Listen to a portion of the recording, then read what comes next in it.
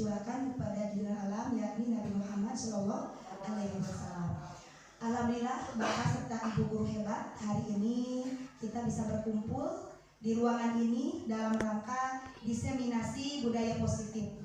Terima kasih kepada Bapak dan Ibu yang berkenan menghadiri diseminasi ini dalam rangka memenuhi tugas modul 1.4 di pendidikan calon guru penggerak. Mudah-mudahan Bapak serta Ibu nanti mendapatkan ilmu yang bermanfaat minimal untuk diri Ibu dan untuk seluruhnya, dan nanti bisa kita terapkan di sekolah untuk diri kita juga untuk anak-anak kita. Baik Bapak Ibu, kita langsung saja ke materi. Di sini bisa Bapak Ibu lihat ada materi budaya positif. Ketika mendengar budaya positif, apa yang ada di pikiran Bapak dan Ibu? Ketika mendengar atau membaca budaya positif, apakah mungkin dari Bapak dan Ibu pernah mendengar budaya positif? Belum. Tapi bisa tidak enggak? Apa Pak? Kebiasaan. Kebiasaan ya Pak ya. Betul, kebiasaan. Kebiasaan yang baik ya Pak. Yang lainnya coba mungkin lihat dari kalimatnya saja. Budaya positif. Kalau budaya itu apa budaya? Bisa ya keragaman. Atau misalkan begini, setiap pagi Ibu mandi, makan, sholat duha, itu apa? Kebiasaan ya. Jadi budaya itu hampir sama dengan kebiasaan. Baik ya. Jadi budaya positif itu untuk di awal kita bisa membayangkan atau menyimpulkan bahwa budaya positif itu adalah kebiasaan yang baik ya. Baik Bapak Ibu, kita lanjut ya. Nah ini Bapak Ibu, hari ini saya akan mendiseminasikan tentang budaya positif, dan ini yang akan saya bahas pada pertemuan diseminasi ini. Yang pertama ada perubahan paradigma belajar, yang kedua disiplin positif, yang ketiga motivasi perilaku manusia, keempat kebutuhan dasar, kelima posisi kontrol restitusi, keyakinan kelas, dan segitiga restitusi. Apakah dari kata-kata ini ada yang pernah Ibu kenal? Mungkin ada yang pernah membuka di PMM, karena ini materinya hampir sama dengan di PMM. Ada yang pernah? Kalau baru berarti saya akan kenalkan hari ini ya. Mudah-mudahan apa yang akan saya sampaikan ini bisa bermanfaat buat Bapak dan Ibu, dan saya juga di sini berbagi pengetahuan. Bukan saya bisa, tetapi saya mengetahui ini lebih dulu dari Bapak dan Ibu. Tapi kalau di Bapak dan Ibu pengetahuan awalnya sudah ada tentang budaya positif, itu akan lebih baik. Baik ya Bapak Ibu. Yang pertama yang akan saya bahas tentang perubahan paradigma. Nah ini Bapak Ibu ya, paradigma perubahan belajar. Nah coba diingat-ingat, apakah pernah mendengar kata-kata ini? Seperti apa paradigma perubahan belajar menurut Bapak Ibu? Paradigma, silakan, mungkin ada yang tahu, boleh pendapatnya. Paradigma belajar, paradigma itu bahasa urangnya namanya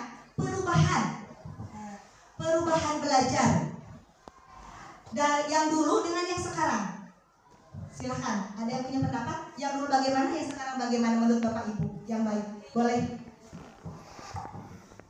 Mungkin seperti pergantian kurikulum belajar, seperti kan sekarang kita menggunakan kurikulum merdeka. Sekarang kan kita belajar sesuai apa yang murid inginkan dan murid kuasai, seperti itu. Terima kasih Ibu Mila yang sudah memberikan pendapatnya. Ada lagi? Baik Bapak Ibu, paradigma belajar, betul apa yang dikatakan oleh Ibu Mila. Salah satunya perubahan dalam kurikulum. Dulu kita menggunakan kurikulum KTSP, ganti ke K13, dan sekarang kita menggunakan kurikulum merdeka. Bisa dimengerti ya? Nah Bapak Ibu, yang seperti apa sih paradigma perubahan belajar itu? Jadi kita lihat. Nah ini ya Bapak Ibu, pembelajaran berpusat pada murid. Nah berpusat pada murid itu Bisa Bapak Ibu pahami? Jadi pembelajaran berpusat pada murid itu pembelajaran kahoyong murid, kemauan murid sesuai karakteristik murid, sesuai minat murid, sesuai kesiapan belajar murid.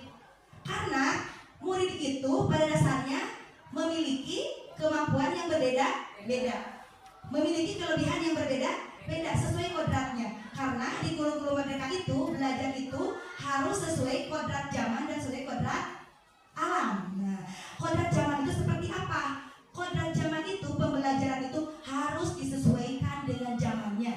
Seperti sekarang era digital. Mau tidak mau anak harus menguasai IT dan gadget.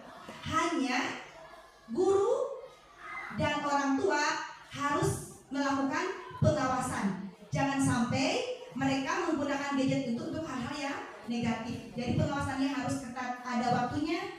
Selanjutnya, Bapak Ibu, kodrat alam seperti apa? Begini, kita itu tinggal di SD Negeri Cijati. Kita lihat lingkungan Cijati itu seperti apa.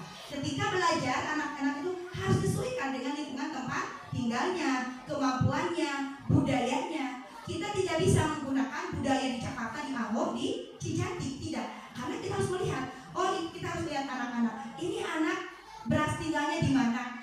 Lingkungan tempat tinggalnya seperti apa? Berarti mengajar kita seperti apa? Nah itu ya. Jadi berpusat pada murid itu. Jadi ketika belajar itu jangan menggunakan metode yang diinginkan oleh guru, tapi yang diinginkan oleh murid. Tapi syaratnya harus sesuai dengan karakteristik murid. Paham Bapak Ibu sampai di sini? Yang kedua, pendidikan yang reflektif, gemar belajar, berbagi dan berkolaborasi. Jadi pembelajaran itu reflektif itu seperti apa? Kita harus melakukan refleksi atau mengkaji ulang apa yang sudah kita ajarkan. Kunaon ieu budak teh menang peuntun 5 sadayana. Kita harus mengkaji ulang atau merefleksi. Kesalahannya jangan menyalahkan siswa. Apa mungkin kesalahannya ada di guru? Ya. Selanjutnya gemar belajar. Guru bukan berarti bebas belajar. Guru harus tetap belajar, apalagi zaman sekarang. Anak-anak lebih pintar, baik di IT, baik di ilmu pengetahuan. Jangan sampai guru tergilas oleh pengetahuan siswa. Kita harus lebih selangkah lebih maju dari siswa. Jadi tong alim Bapak Ibunya. Upami ayeuna urang pembelajaran ada pembelajaran online. Wayana harus belajar. Karena nanti anak-anak akan lebih pintar dari kita. Karena anak sekarang itu berbeda pola pikirnya dengan anak zaman dahulu. Lanjut, berbagi dan berkolaborasi. Berbagi. Nah, berbagi di sini Bapak Ibu, ketika kita punya pengetahuan sedikit, berbagi dengan teman sejawat. Tidak boleh pelit, takut tersaingi, awas. Itu tidak akan maju ya kalau seperti itu. Walaupun sedikit, kalau kita berbagi maka itu akan bermanfaat. Selanjutnya, berkolaborasi dalam satu tujuan, baik itu untuk pembelajaran, baik itu untuk visi sekolah. Kita tetap harus berkolaborasi, bekerja sama dengan siapa saja. Pertama dengan kepala sekolah, kedua dengan rekan sejawat, lanjut dengan siapa lagi? Orang tua, lanjut masyarakat. Karena ada perwakilan masyarakat itu apa Bapak Ibu? Komite. Apalagi di kita sekarang kan komite kelas sudah dibentuk, maka komunikasinya akan lebih mudah. Selanjutnya, paradigma perubahan belajar yang selanjutnya, iklim sekolah yang aman, inklusif dan merayakan kebinekaan. Menurut Bapak Ibu, kalau di sekolah, nah antara rekan sejawat sudah tidak aman, betah mau di sekolah Bu? Tidak ya, tidak akan betah. Karena lingkungan yang aman itu berawal dari diri sendiri. Diamankan dulu hatinya, diamankan dulu pikirannya, sehingga di sekolah akan tercipta lingkungan yang aman dan nyaman. Lanjut, inklusif. Inklusif seperti apa? Inklusif itu bisa menerima masukan dari setiap teman. Kalau kita diberi masukan, diberi kritik harus diterima. Jangan langsung marah. Saya tidak salah, saya betul. Nah, makanya kita harus sering merefleksi diri, melamun, membayangkan yang ke belakang itu yang saya lakukan itu sudah betul atau belum. itu untuk diri sendiri, untuk anak-anak, sehingga ketika kita mendapat masukan dari teman sejawat itu tidak akan marah ya. Selanjutnya merayakan kebinekaan. Nah, kalau kebinekaan kita bisa menerima siswa, teman sejawat yang berbeda karakter, berbeda kebudayaan, berbeda kemauan. Kita harus bisa menerima dan bisa menyesuaikan. Seperti itu Bapak Bu. Sepertinya ngantuk. Kita tepuk semangat dulu. Ayo tepuk semangat ya. Kita tepuk semangat ya. Tepuk semangat. Diulang ya. Tepuk semangatnya yang dang dang ding ding dung dung bisa? Dang dang dang dung dung dung. Nah gini ya Bapak Ibu, saya contohkan. Tepuk semangat. Dang dang dang ding ding ding dung dung dung. Dang dang dang ding ding ding dung dung dung. Aha aha. Aha aha. Semangat. Silakan Bapak Ibu, ulang ya. Tepuk semangat. Dang dang dang ding ding ding dung dung dung. Dang dang dang ding ding ding dung dung dung. Aha aha. Aha aha. Semangat. Ya, tepuk tangan buat kita semua. Lanjut ya Bapak Ibu. Nah ini lanjut disiplin positif. Nah ini ya, untuk menghasilkan pembelajaran atau paradigma yang baru dalam belajar, pertama kita harus menerapkan disiplin positif. Menurut Bapak Ibu, apa itu disiplin positif? Pernah mendengar disiplin? Pernah ya? Seperti apa disiplin itu? Silahkan. Mau sama Pak Indra? Boleh? Neng mau? Disiplin itu. Lakukan sesuatu. Nah, boleh. Pak, boleh Pak berdiri Pak, berdiri.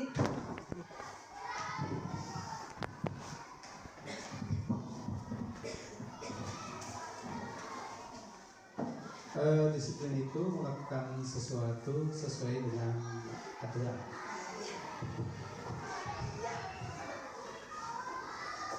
Luar biasa Pak Indra, terima kasih ya. Disiplin itu melakukan sesuatu berdasarkan aturan. Biasanya disiplin ini berkaitan erat dengan hukuman ya, kalau pikiran kita di awal-awal. Nah, nanti saya akan menjelaskan ke Bapak Ibu, apakah Bapak Ibu itu sudah menerapkan disiplin positif kepada siswa. Nah ya, kita lanjut. Nah ini Bapak Ibu ya, berdisiplin positif, cara penerapan disiplin yang mengajarkan anak bertanggung jawab dan menumbuhkan kesadaran diri berdasarkan nilai-nilai kebajikan, bukan karena takut dihukum. Nah ya, bukan karena takut dihukum, ingin mendapat pujian atau penghargaan, membangun motivasi intrinsik anak untuk melakukan nilai-nilai kebajikan, bukan dengan dari dorongan dari luar yang bersifat sementara, sehingga anak mampu mengontrol dirinya dalam melakukan segala tindakannya. Bapak Ibu, kalau lihat definisi positif di sini, jadi kalau anak dihukum kira-kira disiplinnya merasa takut atau dengan kesadaran diri sendiri? Takut ya. Nah, disiplin positif ini menerapkan disiplin yang datang dari hati nurani siswa, dari motivasi intrinsik bukan ekstrinsik. Karena motivasi ekstrinsik itu, saya harus pagi-pagi berangkat sekolah karena takut di push up. Saya mau menghafal biar punya nilai yang bagus nanti dipuji oleh ibu guru. Berarti itu dari mana motivasinya? Dari dalam dari luar. Nah, jadi disiplin positif di sini kita harus bisa membangkitkan motivasi siswa itu ketika melakukan nilai-nilai kebajikan itu karena kesadaran diri sendiri. Jadi, Bapak Ibu, disiplin positif di sini siswa itu mau melakukan nilai-nilai kebajikan dengan kesadarannya. Yang seperti apa nilai kebajikan itu? Misalkan menghormati teman, menghormati guru, terus saling menyayangi, disiplin, menjaga kebersihan, murah hati, itu adalah nilai-nilai kebajikan. Nah, tidak usah ditakut-takuti oleh hukuman anak, tapi anak bisa sadar bagaimana atuh caranya, nanti ada ya. Kita lanjut. Nah, ini ya Bapak Ibu, nilai-nilai kebajikan itu bersumber dari sini. Ini adalah nilai-nilai kebajikan yang universal. universal itu yang umum. Ini adalah 6 dimensi profil pelajar Pancasila. Ya, dari sini bisa kita jabarkan ke nilai-nilai kebajikan yang lebih khusus. Misalkan beriman, bertakwa kepada Tuhan Yang Maha Esa dan berakhlak mulia. Bisa kita di situ kita jabarkan ke nilai kebajikan, saling menghormati, saling menyayangi, ya, mau berbagi, ya. Kalau dari mandiri, misalkan anak itu disiplin, ya, itu bisa kita jabarkan ke nilai-nilai yang lebih khusus karena ini nilainya lebih umum, ya, seperti itu. Jadi Bapak Ibu, disiplin positif ini adalah disiplin yang membangkitkan motivasi diri anak untuk melakukan nilai-nilai kebajikan, ya. Bisa dipahami? Jadi bukan karena takut, bukan karena ingin mendapat penghargaan atau pujian. Karena begini Bapak Ibu contohnya. Misalkan saya punya murid nih. Saya mau sekolah karena Ibu Suhana ada. Ketika Ibu Suhana tidak ada, anak tidak sekolah. Karena tidak ada motivasi atau semangat dari dalam dirinya. Karena dia mau sekolah karena ada Ibu Suhana. Bagaimana kalau Ibu Suhana meninggal? Apakah anak itu akan mau sekolah atau mencari ilmu? Sepertinya tidak, ya. Gitu ya, Ibu. Kita lanjut. Selanjutnya ini, hukuman di sekolah dapat mendisiplinkan anak. Setuju atau tidak? Tidak. Pemberian hukuman dengan hal positif seperti membaca atau membersihkan halaman sekolah dapat meningkatkan disiplin anak. Setuju atau tidak? Setuju. Ada yang setuju, ada yang tidak. Tidak apa-apa, ya. Memberi penghargaan dapat meningkatkan motivasi belajar anak. Setuju atau tidak? Penghargaan. Ada yang setuju. Selanjutnya, membuat anak merasa bersalah memberi dampak lebih ringan dibanding menghukum. Setuju atau tidak? Jadi budak teh ngerasa bersalah ketika kurang di karos teh. Anak-anak melakukan kesalahan nih, tapi tidak dihukum. Tapi kita membuat anak itu merasa bersalah pada dirinya sendiri. Setuju atau tidak? Nah, baik Bapak Ibu, kelihatan masih galau, ya. Baik, kita bahas. Hukuman di sekolah dapat mendisiplinkan anak. Ini tidak setuju, ya. Karena pasti anak nanti akan takut. Yang pertama, yang kedua, anak akan dendam kepada gurunya. Takutnya nanti anak sampai dewasa, saya marah sama Ibu Suhana karena waktu itu pernah saya dihukum untuk lari lapangan selama 1 jam. Itu yang ditakutkan. Dengan hukuman itu akan timbul dendam di diri anak. Berarti itu tidak bisa digunakan untuk paradigma belajar sekarang. Selanjutnya, pemberian hukuman dengan hal positif seperti membaca atau membersihkan halaman sekolah dapat meningkatkan disiplin anak. Ini bisa, ya. Jadi hukumannya ini lebih ke konsekuensi. Ada hukuman, ada konsekuensi. Misalkan begini, ada seorang anak menumpahkan air ke meja. Kira-kira kita beri hukuman atau konsekuensi? Nah, seperti apa konsekuensinya? Nah, itu ya, betul, udah paham ya Bapak Ibu. Jadi membersihkan apa yang dia lakukan. Sekarang tidak sengaja.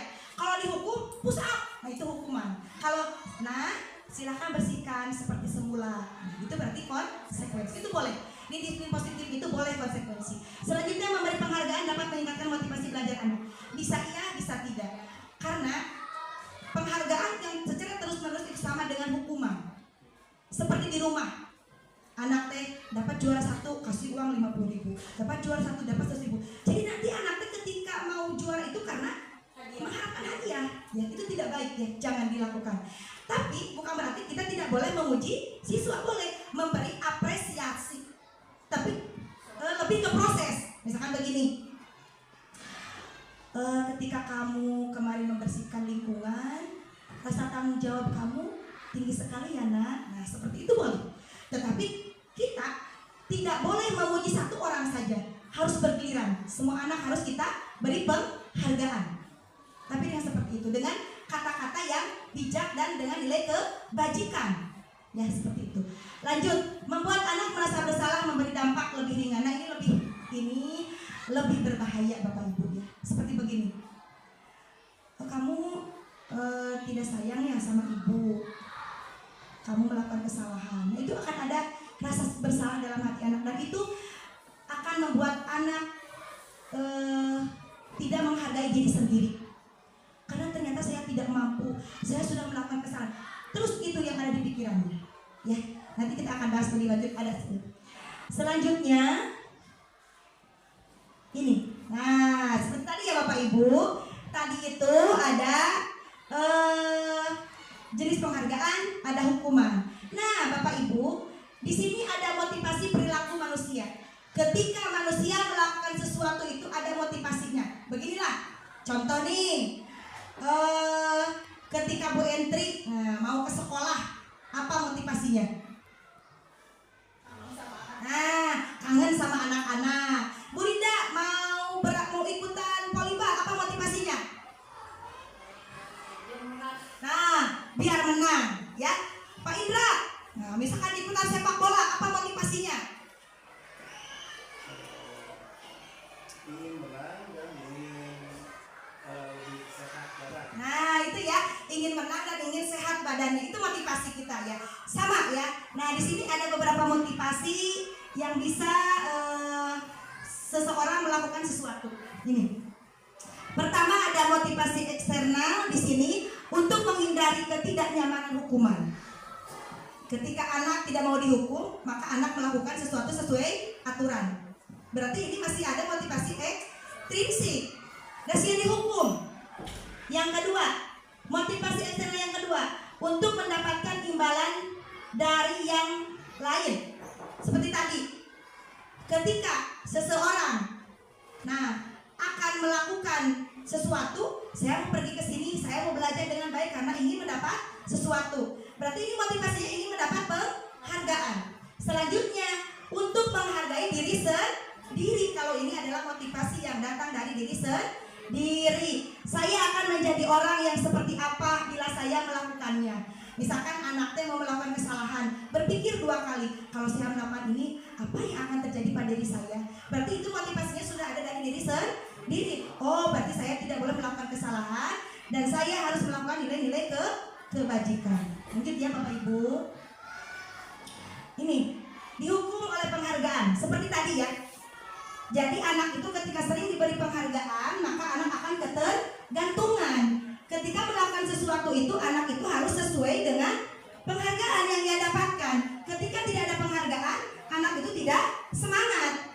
Makanya penghargaan itu bisa menjadi hukuman buat kita atau buat anak juga.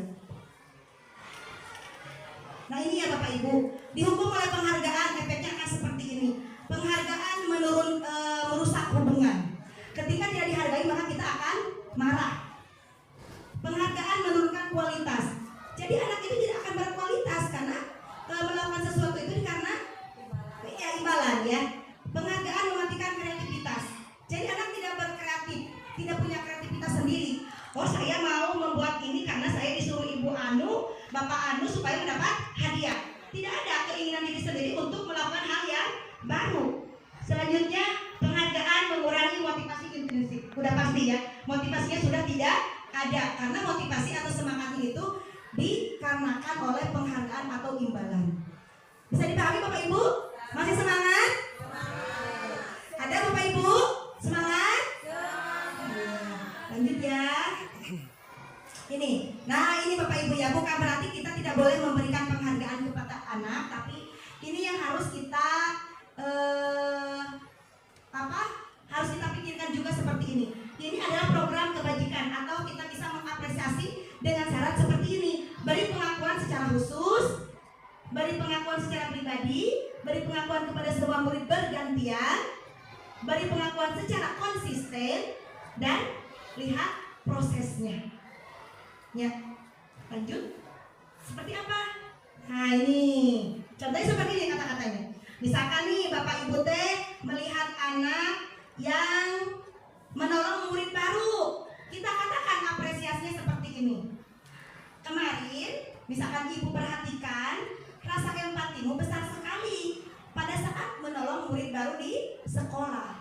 Gitu ya, itu seperti itu bentuk penghargaannya kepada anak. Jadi yang dilihat itu prosesnya, proses ketika anak itu menolong. Berarti ada di situ nilai kebajikannya apa? Empati. Yang kedua, saya menghargai kepedulianmu pada saat kamu membantu teman-temanmu di tugas kelompok. Di mana nilai kebajikan ini? Kepedulian, ya. Lanjut, terima kasih untuk rasa tanggung jawabmu pada saat kamu memungut kertas-kertas yang berserakan di lantai. Nah, berarti itu kita lebih ke prosesnya. Ketika anak membersihkan kertas-kertas yang berarti di mana nilai kebajikannya? Tanggung jawab. Pinter gini Bapak Ibu tanya. Lanjut ya Bapak Ibu ya. Oke, selanjutnya ini ya Bapak Ibu. Coba kita jawab sama-sama dengan suara yang keras dan bersemangat ya. Mencatat 100 kali di dalam buku kalimat saya tidak akan terlambat lagi karena terlambat ke sekolah. Mencatat 100 kali, hukuman atau konsekuensi? Hukuman? Dia hukuman? Oke, hukuman. Nanti kita lihat jawabannya nanti ya. Yang kedua, jangan ragu Bapak Ibu jawab saja ya, tidak apa-apa. Lari mengelilingi lapangan basket 2 kali karena terlambat hadir di sekolah. Hukuman konsekuensi? Hukuman. Murid diminta untuk push up 15 kali karena tidak menggunakan masker di sekolah. Konsekuensi hukuman? Masih hukuman. Menggantikan kertas tugas teman yang telah dicoret-coret. Konsekuensi. Membersihkan tumpahan air di meja tulis karena tersenggol pada saat belajar. Konsekuensi. Meminta murid tidak mengenakan sepatu seharian di sekolah karena tidak mengenakan sepatu hitam. Hukuman. Lari mengelilingi lapangan basket 2 kali karena terlambat 10 menit untuk pelajaran PJOK. Konsekuensi. Kita lihat jawabannya. Dreng dreng dreng dreng dreng. Nah, udah betul ya Bapak Ibu ya, udah pintar ya. Tepuk tangan buat Bapak Ibu. Oke. Lanjut ya Bapak Ibu. Nih, kebutuhan dasar manusia. Kadang anak suka melakukan kesalahan. Kita tidak boleh melakukan langsung menyalahkan anak, karena kita harus melihat kebutuhan apa yang mereka belum penuhi. Ya, mungkin dia melakukan itu karena mencari perhatian. Misalkan begini yuk, ada seorang anak terus saja temannya dijewer, dicubit. Jadi anak yang lain itu marah. Kira-kira itu perhatian, mencari apa itu anak? Motivasi apa? Apa kebutuhan dasar apa yang belum dipenuhi oleh anak tersebut? Perhatian, ya. Jadi mencari perhatian. Mungkin anak tersebut di rumahnya kurang diperhatikan. Jadi ketika seseorang melakukan kesalahan itu jangan langsung kita salahkan. Tanyakan dulu alasannya apa, sehingga kita bisa mencerna. Oh, ternyata ini anak kebutuhan dasarnya apa. Misalkan nih ada anak yang suka merebut kotak makanan temannya. Kira-kira itu kebutuhan dasar apa yang belum mereka penuhi? Oh, perhatian dari orang tua atau apa lagi? Mungkin lapar ya, dari rumahnya belum bisa lapar ya. Bisa ya? Contohnya kita juga kalau lihat teman yang makan pasti aduh mau, karena kita belum makan dari rumah. Berarti kebutuhan apa yang mereka belum penuhi? Nah, itu ya, seperti itu. Nah, ini Bapak Ibu. Pada dasarnya ada 4 kebutuhan dasar manusia. Pertama, kasih sayang dan rasa diterima. Kedua, penguasaan, kebebasan, dan kesenangan. Nah, bisa terbayangkan? Apakah Bapak Ibu keempat ini sudah terpenuhi Bapak Ibu? Kebetulan ada yang belum, ada yang sudah. Oke, kita bahas ya Bapak Ibu ya. Lanjut. Ini, ketika anak berperilaku seperti ini, apakah ada memukul teman yang menghinanya? Kurang keteking langsung diseselan. Jangan langsung dimarahi. Tanya dulu kebutuhan dasar apa yang mereka belum penuhi. Kebutuhan mungkin ketika dia memukul temannya, dia merasa bahwa dia itu paling jago, saya paling keren, paling bisa. Teman-teman yang lain takut sama saya. Berarti itu yang harus dipenuhinya adalah kebutuhan kekuasaan atau penguasaan. Saya bisa menguasai kelas 6 sehingga dia bisa berbuat seenak hatinya. Berarti di rumahnya atau dalam dirinya kebutuhan dasar penguasaannya belum terpenuhi, sehingga anak itu jahil ya, mabuk teh ya, teman-temannya dimarahi teh ya, seperti itu. Yang kedua, nah ini, menyebarkan gosip tentang teman sekelas. Nah, kebutuhan dasar apa yang belum dipenuhinya? Cinta dan kasih sayang. Kita bisa bertanya kepada anak seperti ini, apakah ada cara untuk memenuhi kebutuhan cinta dan kasih sayang tanpa merusak reputasi orang lain? Kita tanya ke anak. Ketika anak bergosip dan kita panggil, kita tanya, apakah ada cara lain untuk mendapatkan cinta dan kasih sayang itu tidak harus menjelek-jelekan teman? Nanti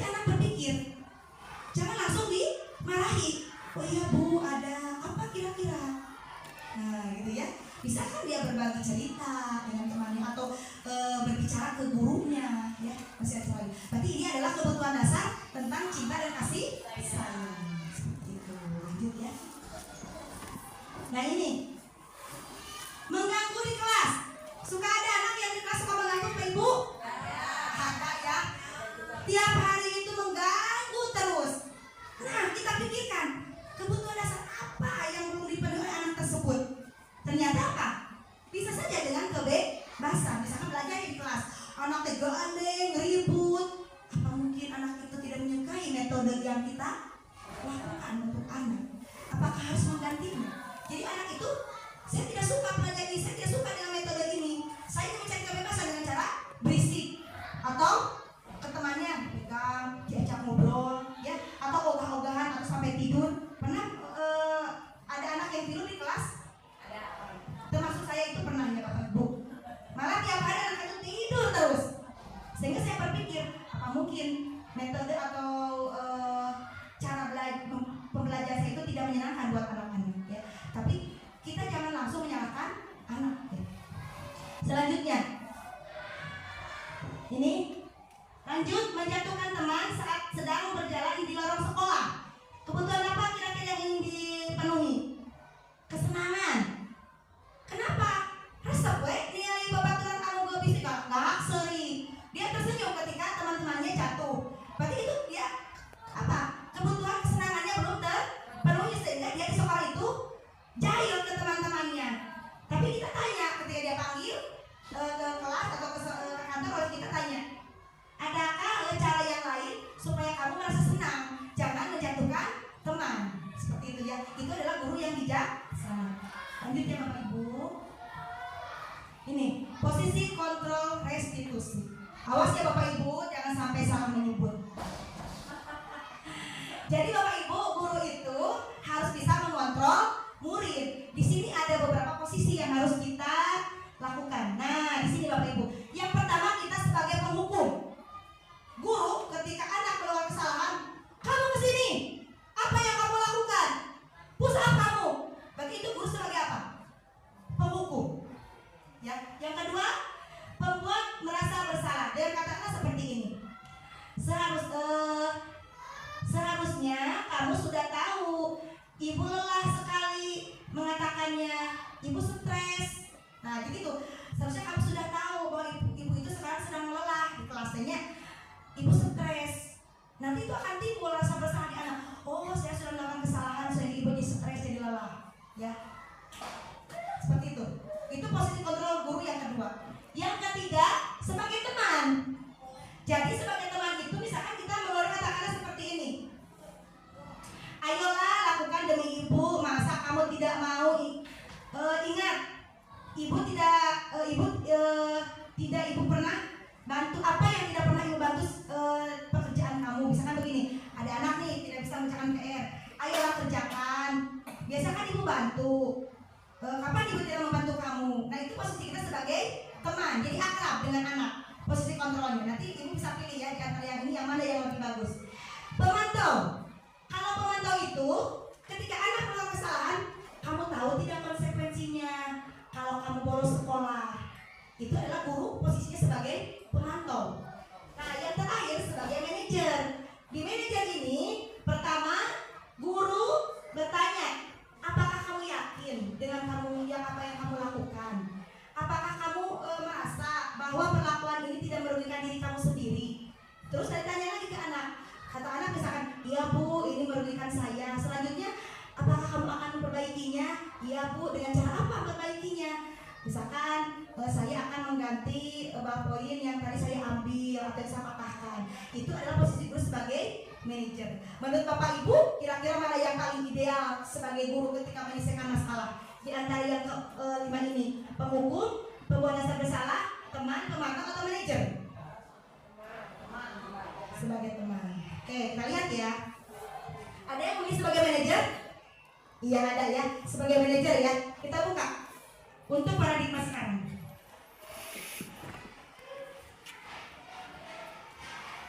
Kita kesini dulu ya. Nanti kita akan bahas di restitusi. Ini ada keyakinan kelas. Bapak Ibu, keyakinan kelas, sudah Pak tahu tentang keyakinan kelas? Di kelas itu kita harus suka membuat kesepakatan dengan anak. Misalkan begini, anak-anak, kelas kita mau bersih tidak? Mau, kata anak-anak. Apa yang harus kita lakukan kalau kelas mau bersih? Seperti itu.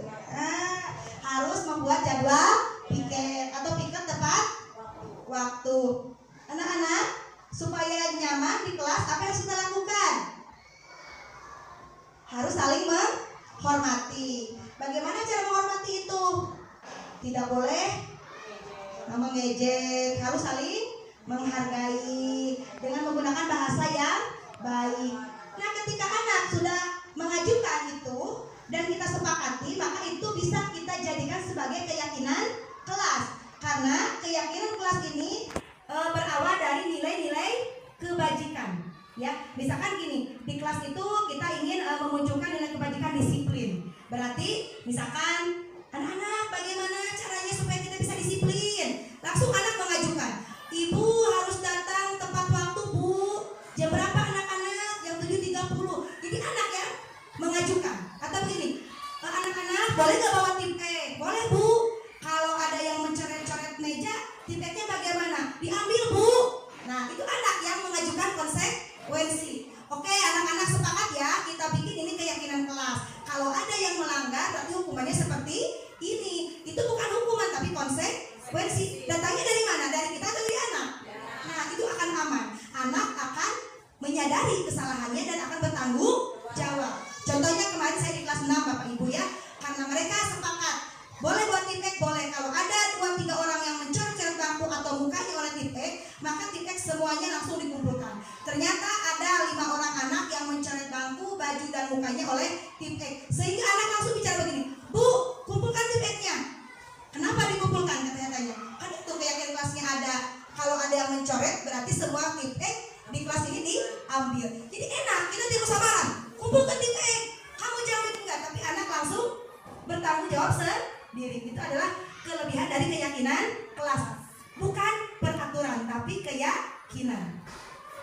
Nanti Bapak Ibu bisa mempraktekkan di kelas, membuat kesepakatan dengan anak, apa yang diinginkan oleh anak, lalu sepakati dengan kita. Nanti kita tempel di dinding keyakinan kelasnya apa saja. Misalkan datang tepat waktu, kita harus saling menghormati, tidak boleh mengejek teman ya. Kita harus melakukan piket sesuai dengan jadwal. Jadi kata-katanya lebih positif. Untuk yuk, lakukan piket, kalau tidak akan dihukum. Ya seperti itu ya. Jadi dengan kata-kata yang lebih positif supaya anak motivasi intrinsiknya tampak keluar ya. Jadi tuh yuk, tuh merasa didikte, tidak merasa didikte karena kita tidak enak yang kalau didikte ya seperti itu. Tapi kalau begini, anak-anak ayo kita bersihkan sampah, kurang kebersihan guru. Nah jadi contoh, anak juga akan mengikuti. Dan itu Bapak Ibu jangan lupa, ketika kita akan memposisikan atau menerapkan budaya positif, kita harus menjadi contoh yang baik buat murid. Lanjut ya Bapak Ibu. Nah ini ya, udah ikhlas ya, keyakinan kelas sudah paham ya Bapak Ibu. Nah ini ya, jadi bisa ya membedakan keyakinan kelas dan peraturan kelas, bisa dibedakan? Bisa ya. Lanjut. Nah ini, selalu kembalikan buku ke tempatnya. Kira-kira ini nilai kebajikan apa yang akan kita terapkan? Disiplin. Dilarang mengganggu orang lain. Nilai kebajikan apa? Saling menghargai. Hadir di sekolah 15 menit sebelum pembelajaran dimulai. Nilai kebajikan apa? Disiplin. Dilarang melakukan kekerasan. Saling menyayangi bisa.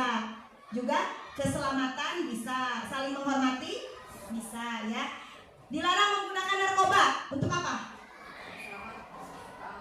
Keamanan, menjaga kesehatan ya. Lanjut, bergantian atau menunggu giliran. Disiplin bisa juga ya, itu kita menggunakan budaya antri ya. Gunakan masker untuk apa? Kesehatan. Jangan berlari di kelas atau koridor. Takut jatuh misalkan. Untuk apa? Keselamatan. Itu ya. Ini adalah, jadi ketika kita membuat ini, jadi nilai kebajikan. Kalau ini kata-kata untuk peraturan kelas. Kalau keyakinan kelas kita harus diganti dengan kata-kata yang lebih positif lagi. Misalkan begini, berjalanlah di tempat yang sudah disediakan. Ya kalau ini kan kata-katanya lebih tegas, hari ini seperti perintah, aturan. Kalau keyakinan kelas itu lebih mengajak ya. Nah seperti ini ya Bapak Ibu contoh kesepakatan kelas. Misalkan kami guru dan murid yang saling menyayangi. Kalau kita saling menyayangi berarti nilai kebajikannya atau sikap kita seperti apa yang harus dikembangkan di kelas. Yang kedua, kami murid yang semangat belajar. Ya, berarti siswa itu harus selalu semangat. Jadi ini nilai kata-katanya lebih positif dan tidak mendikte ya, tidak mendikte ya. Bapak Ibu, inilah dokumentasi saya ketika membuat keyakinan kelas di kelas 6. Pertama-tama sebelum kita membuat keyakinan kelas, jelaskan dulu kepada anak apa yang dimaksud dengan keyakinan kelas. Ini dokumentasi yang kedua.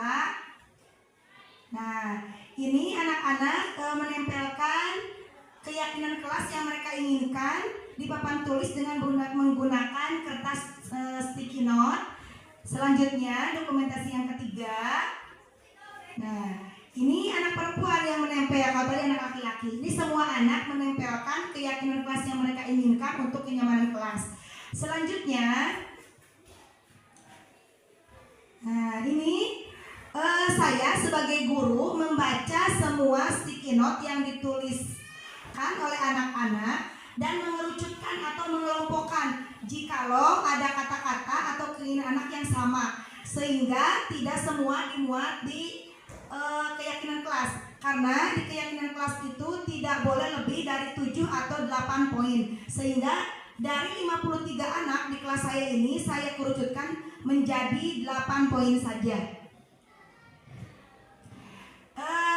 Yang ini lanjut. Nah, kalau ini hari keduanya setelah saya tik keyakinan kelas yang sudah disepakati dan kita bersama anak-anak siap untuk menempel keyakinan kelas yang sudah disepakati. Nah, di sini ada dokumentasi ketika anak-anak. Nah, ini adalah dokumentasi saya dan anak-anak ketika menempelkan keyakinan kelas yang sudah disepakati dan sudah saya tik dan ditempel di kelas supaya anak-anak bisa melihat dan membacanya setiap hari, sehingga anak-anak itu mengingat oh ini keyakinan kelas yang harus saya lakukan dan apa konsekuensinya yang sudah disepakati oleh guru dan anak-anak. Seperti itu Bapak Ibu, mudah-mudahan nanti Bapak Ibu bisa mengimplementasikan membuat keyakinan kelas di kelas masing-masing. Nanti saya bantu bagaimana tahapan-tahapan membuat keyakinan kelas.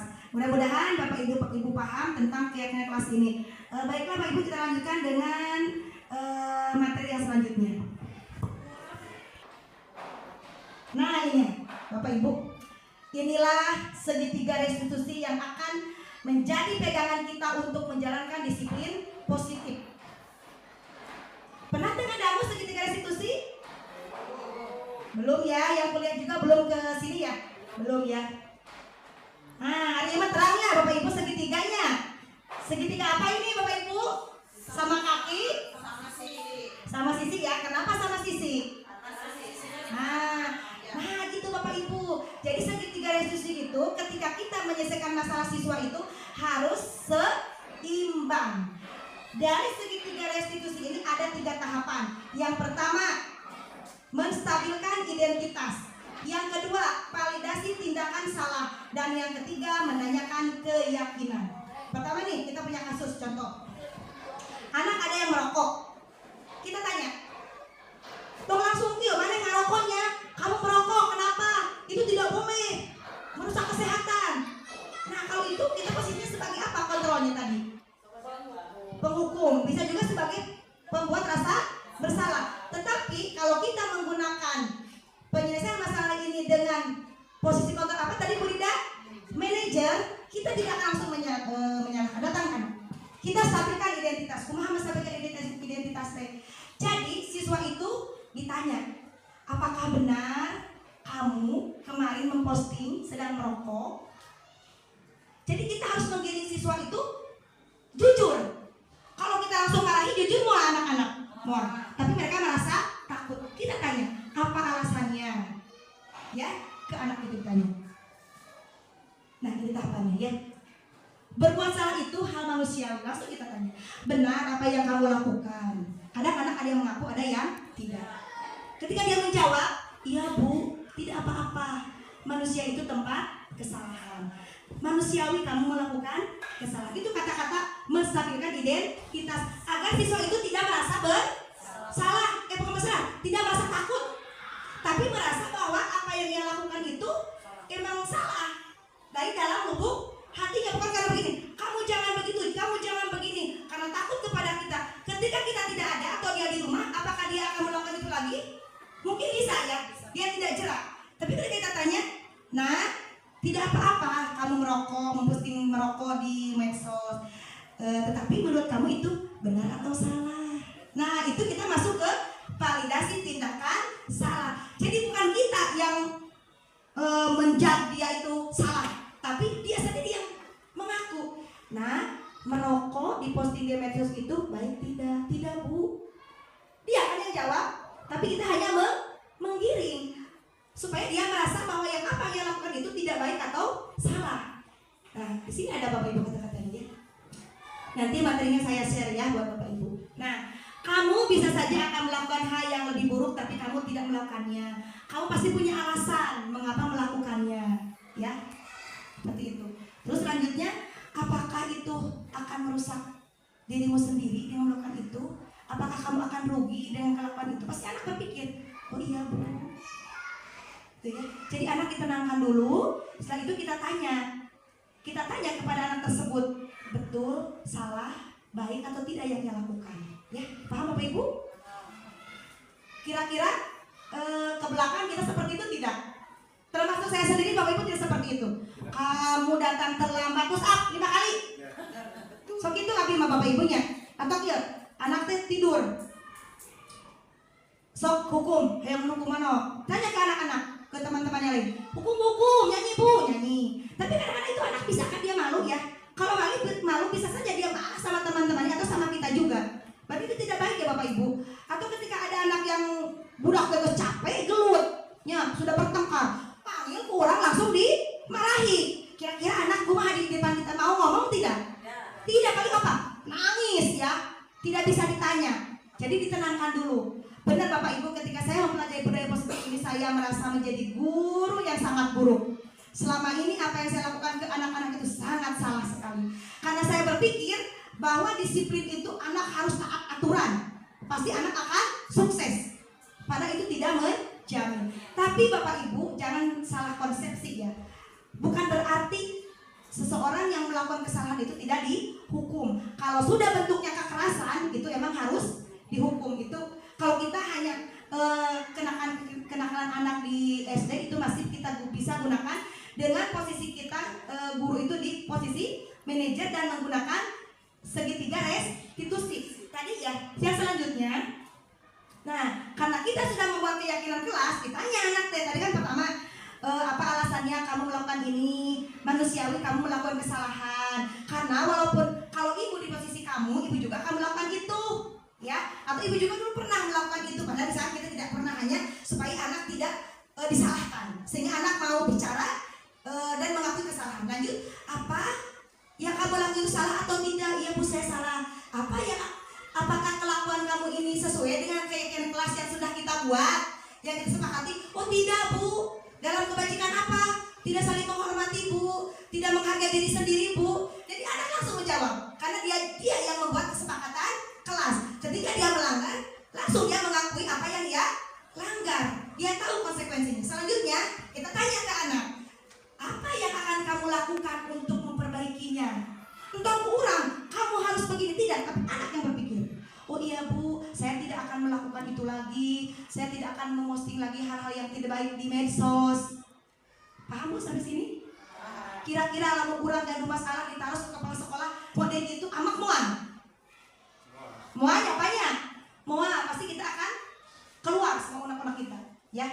Dengan teman nih, ketika kita ada masalah bicara ke teman, kamu yang salah, makanya kamu jangan seperti itu sikapnya. Amak tuh. Kurang tinggi kakak sobat curhat, langsung disalahkan. Tuntunan orang kumaha? Tidak mau curhat lagi, tidak mau lagi bicara sama si Anu, tidak mau lagi mengadukan masalah, kan dia sudah menyalahkan saya, sehingga orang itu makin lama makin merasa bersalah. Bagaimana nanti efeknya buat diri seseorang kalau terus disalahkan? Apakah akan merasa minder atau merasa percaya diri? Minder ya. Ketika mau melakukan ini saya takut salah, melakukan ini takut salah, seperti itu Bapak Ibu ya. Jadi Bapak Ibu, nah dari serangkaian kegiatan yang tadi ini adalah salah satu metode yang harus kita gunakan sebagai guru dalam menyelesaikan masalah siswa, yaitu cara yang paling ideal adalah kita di posisi kontrol sebagai manajer dengan menggunakan segitiga restitusi. Nah Bapak Ibu coba tangannya diangkat ke atas. Iya, ke pinggir Bapak Ibu. Iya, diputar Bapak Ibu. Kalau saya bilang 1, bilang ha. Kalau 2, ha ha. Kalau 3, ha ha. Kalau 4, ha ha ha ya. Oke, Bapak Ibu. 1, ha. 2, ha ha. 4, 5, tepuk tangan buat kita sama Bapak Ibu. Bapak Ibu, rangkaian materi sudah saya sampaikan. Nah sekarang silakan Bapak Ibu buat refleksi kegiatan diseminasi budaya positif ini. Dan kalau udah selesai boleh ditempel di depan. Lemnya ada di situ. Silakan Bapak Ibu. Boleh dikasih nama, nanti ditempel di depan. Yang sudah boleh ditempel di depan. Boleh ya. Tadi ada di sebelah sana. Maaf Ibu Mila, bisa dikasih ya lemnya ya. Silakan apa yang Ibu dapatkan,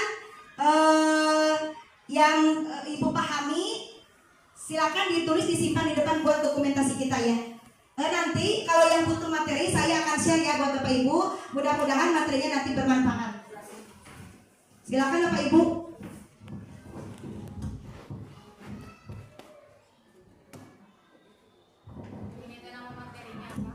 Budaya positif, diseminasi budaya positif. Boleh nanti mana materi yang mana yang paling mendasar, yang paling menarik buat Bapak Ibu. Tidak usah semua Bapak Ibu. Misalkan saya menarik ini di materi yang ini yang segitiga restitusi. Misalkan saya akan menerapkan ini, gitu ya boleh. Atau saya ingin di materi yang tadi yang keyakinan kelas. Nah nanti Bapak Ibu setelah diseminasi ini kita buat keyakinan kelas bareng-bareng ya. Dengan siswa kita di kelas masing-masing, dan nanti diseminasi hasil keyakinan kelasnya kita tempel di kelas masing-masing, nanti kita dokumentasikan ya Bapak Ibu ya.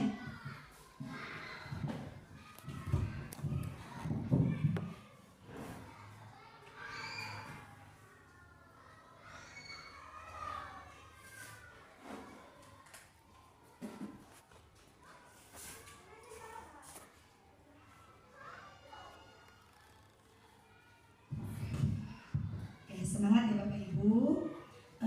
Saya kasih waktu 2 menit ya.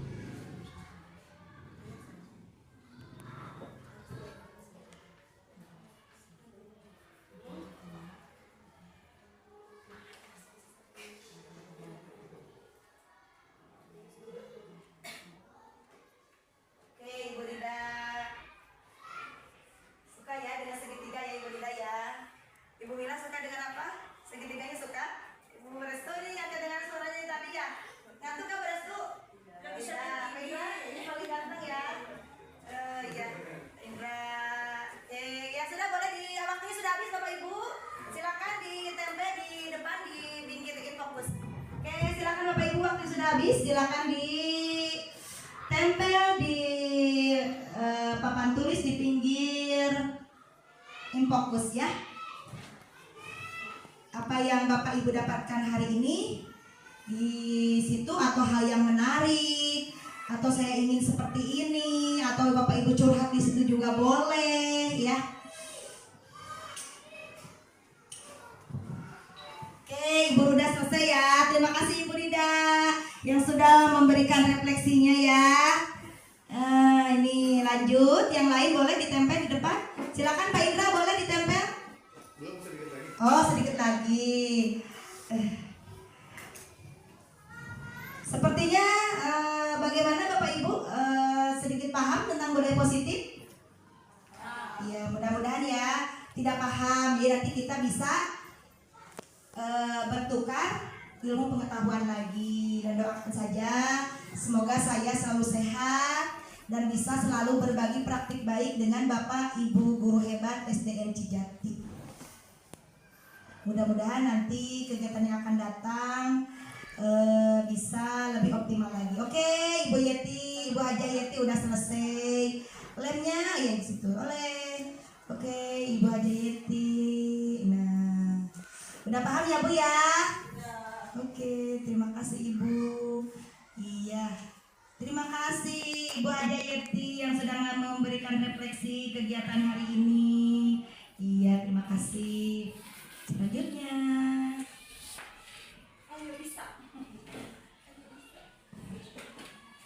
Oke, yang ketiga, juara ketiga Ibu Entri Sulastri. Ini guru kelas 1 SD Negeri Cijati.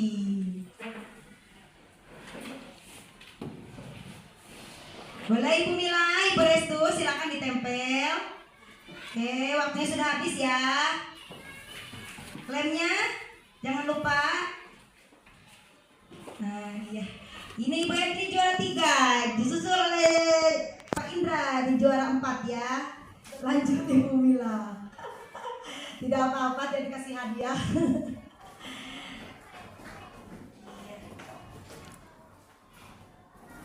Iya. Berarti Ibu Restu ya yang belum ya.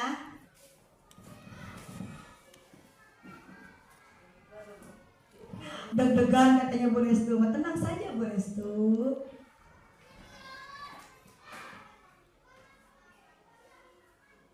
Oke, Bu Restu.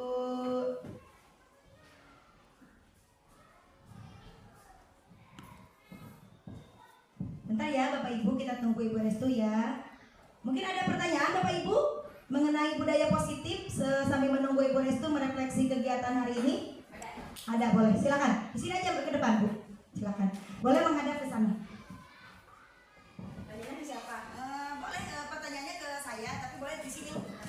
Izin bertanya, dari semua tadi yang Ibu sampaikan materinya, apakah semua metode ini bukan hanya kita terapkan di siswa, apakah juga kita boleh terapkan di masyarakat seperti itu?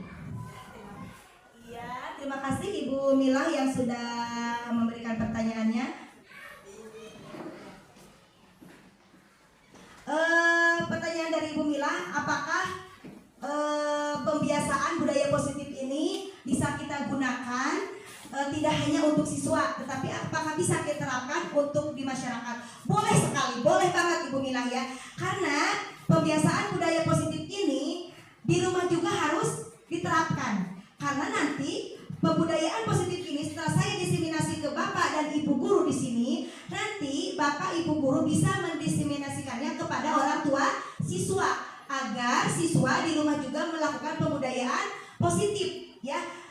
Terus orang tua nanti akan tahu harus seperti apa menyikapi anaknya kalau yang bandel di rumah. Jadi kita nanti terapkan. Sekarang saya diseminasikan ini ke Bapak dan Ibu. Nanti Bapak Ibu bisa diseminasikan kepada orang tua. Dan nanti orang tua bisa menerapkan ini di rumah, sehingga nanti di rumah dan di sekolah itu bersinergi, bekerja sama. Di rumah anak sudah melakukan pembiasaan positif, di sekolah juga sudah, sehingga pembiasaan positif ini bisa cepat kita capai ya. Jadi motivasi siswa itu untuk melakukan hal positif itu bisa kita capai bersama-sama. Bagaimana Ibu Mila? Bisa dipahami? Bisa dipahami. Ada lagi yang bertanya? Tidak ada ya.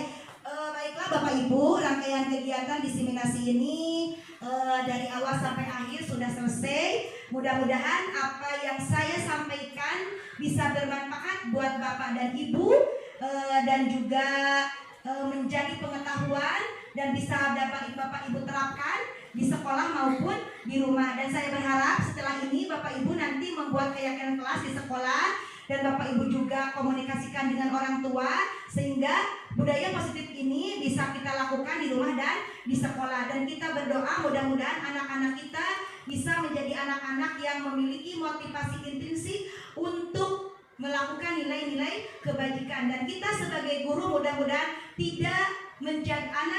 tidak menjadi penghukum buat anak, tetapi kita menjadi guru yang ideal, yaitu menjadi guru yang ada di posisi control manager dan menggunakan segitiga restitusi dalam menyelesaikan masalah. Bapak Ibu, budaya positif ini berawal dari kebiasaan-kebiasaan baik yang kita lakukan sehingga akan membudaya. Bapak Ibu, terima kasih atas perhatiannya, terima kasih atas waktunya.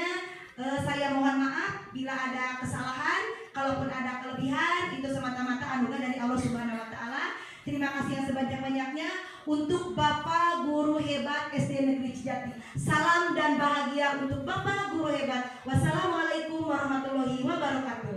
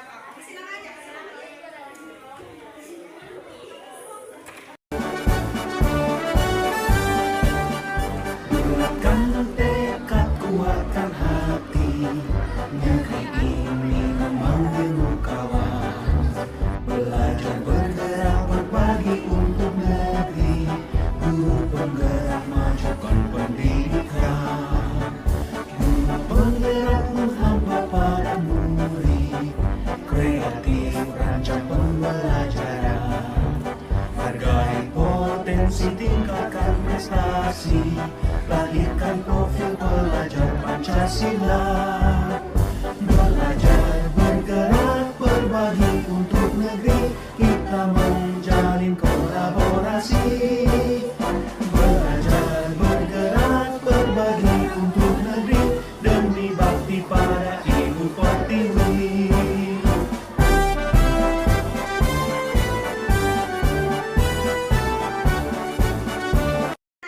Kalian sudah menuliskan keyakinan kelas kita ya, kelas berapa kita teh? Di sini udah banyak yang kertas berwarna-warni. Nah di sini akan ibu bacakan ya. Di sini ada yang ini harus hadir setiap hari dan tidak boleh apa kecuali sakit. Setuju tidak? Setuju. Terus ini masuk kelas harus tepat waktu, rambut harus rapi, baju harus rapi dan bersih. Setuju tidak? Setuju. Nah ini ada masuk kelas jam 7.30, istirahat jam 10, pulang jam 12. Berarti yang ini sama dengan yang ini ya. Tadi di sini ada kata-kata masuk kelas tepat waktu. Kalau di sini masuk jam 7.30, berarti tujuannya sama. Berarti yang ini kita akan satukan di sini ya. Nah, berarti ini karena tujuannya ini sama, berarti ibu yang simpan di sini satu, ya. Di sini juga ada yang tidak boleh rambutnya panjang, rambutnya harus rapi, berarti itu sama saja ya. Kalau yang sama ini ada 3 orang, ibu ambil satu ya, karena ibu tujuannya sama. Setuju laki-laki rambutnya pendek? Setuju. Kalau udah pendek bagaimana?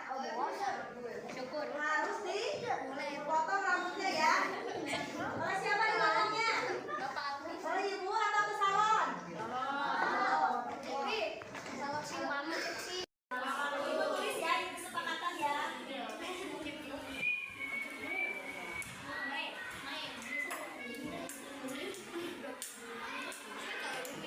Yang kedua dari laki-laki bagaimana? Rambutnya harus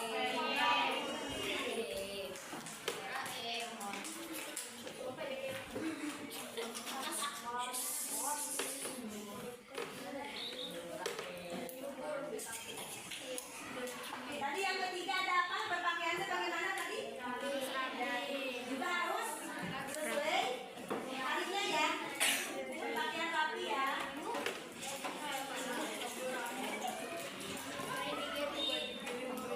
Berapa poin ini? Ada 7 poin. Sepakat dengan ini? Sama ke sekolah tepat waktu. Kedua, laki-laki rambutnya berpakaian rapi sesuai jadwal. Terus yang keempat, baca silakan. Kelima, harus pakai di setiap jadwalnya. Lanjut yang keenam, Anda berkumpul panjang. Lanjut, tidak boleh memakai sepakat. Kalau ini dilanggar bagaimana? Ada kesadaran dari diri sendiri. Kalau hari ini terlambat berarti besok datangnya harus lebih pagi. Kalau menggunakan tiket coret-coret berarti tipenya disimpan di mana? Di rumah. Kalau rambutnya panjang dipotong di mana? Tidak boleh dipotong sama ibu. Udah mengerti ya? Nanti yang tunjuk ini akan ibu tempel ya di kertas, tempel di sini supaya kalian bisa ingat setiap waktu. Oke, terima kasih anak-anak ya.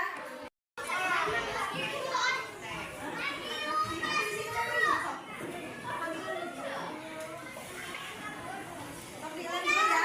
Ini keyakinan kelas yang kemarin kita buat, kita tempel ya.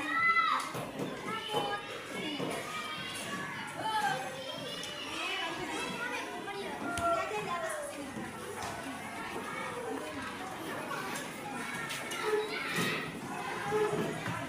Atasnya aja ya. Kalau yang udah ya yang dulu.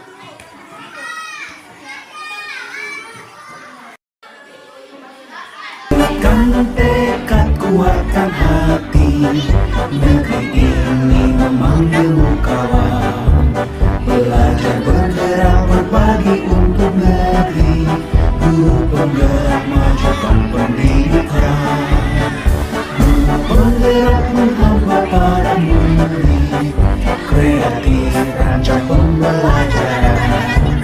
Hargai potensi, tingkatkan prestasi. prestasi, lahirkan profil pelajar Pancasila. Belajar, bergerak, berbagi untuk negeri, kita menjalin kolaborasi. Belajar, bergerak, berbagi untuk negeri, demi bakti pada Ibu Pertiwi.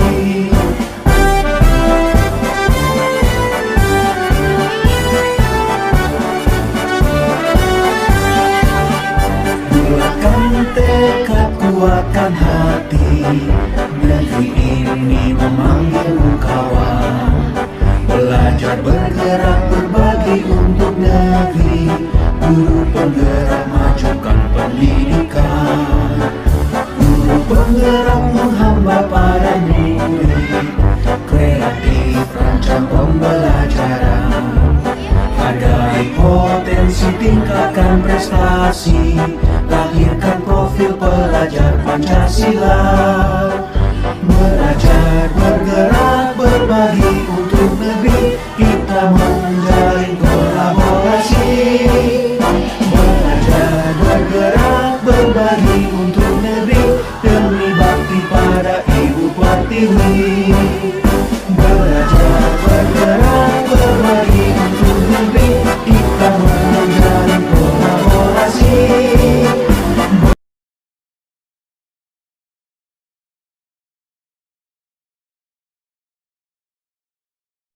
Nama saya Sila Uzma Zahira.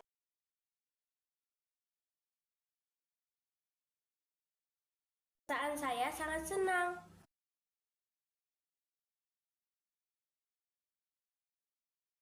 Sangat penting.